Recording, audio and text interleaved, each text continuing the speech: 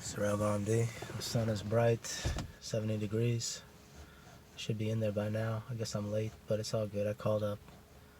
Nothing on the table just now. A couple patients canceled, but just needed a second to talk about what it's about. And I sort of keep forgetting what it's about, but thankfully there's a system that reminds me of what it's all about. You know, it's not about the money. It's not about the views. It's not about the fame. It's not about the fortune. Really, what it came down to, what it really was about trying to help people. It was about trying to help people.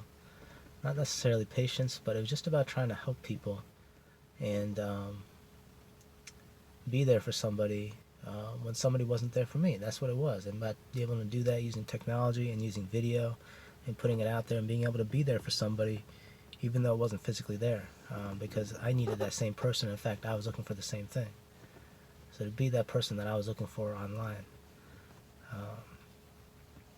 Looks like I got some evidence that looks like I am that person, and that feels good.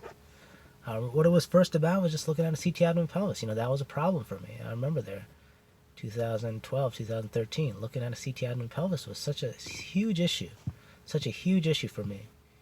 And now it's like, 2, 3, 4 minutes, that CT abdomen pelvis is dictated and done. And I know what it's worth. I know it's worth about 1.7 work RVUs, depending on whether or not you use contrast, or whether or not it's a multiphasic acquisition.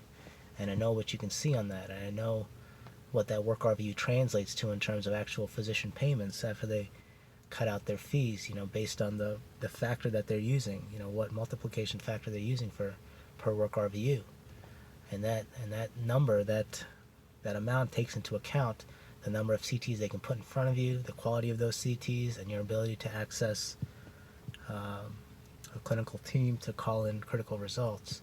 That's all factored into that number, and that all factors into how much you get when you physically sign off that case and what comes into your account. But there was a time when it wasn't about any of that, but now it's about that. But that's the thing, what it's about keeps changing. It keeps changing. It keeps evolving. I thought that I'd be set. Other people think that they might be set. The thing is, you're never set. There's always challenges and opportunities. What your training really gave you, what your degree really gave you, was some proof that this person can accomplish a lot. This person can accomplish a lot. People talking about how step 1 scores don't matter. They do matter because, again, that is proof that this person can accomplish a lot. Ultimately, if you want to really be in medicine, I hate to say this, but you have to be able to accomplish a lot.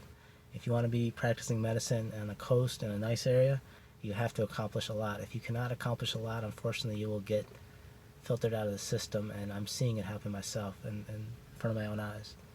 And that's not to scare you, it's not to warn you, it's not to be foreboding, that's to give you an honest, accurate appraisal. And can you survive the game? Yeah, you can. You have to learn skills. You have to be every single day fluid, dynamic, responsive, available, affable, and consistently changing your game and your objectives.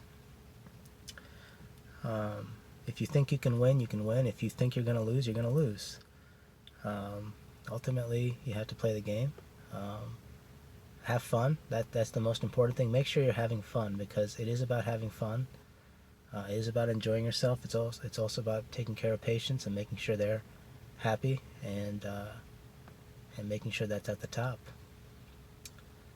What else can I say? Sorrel MD.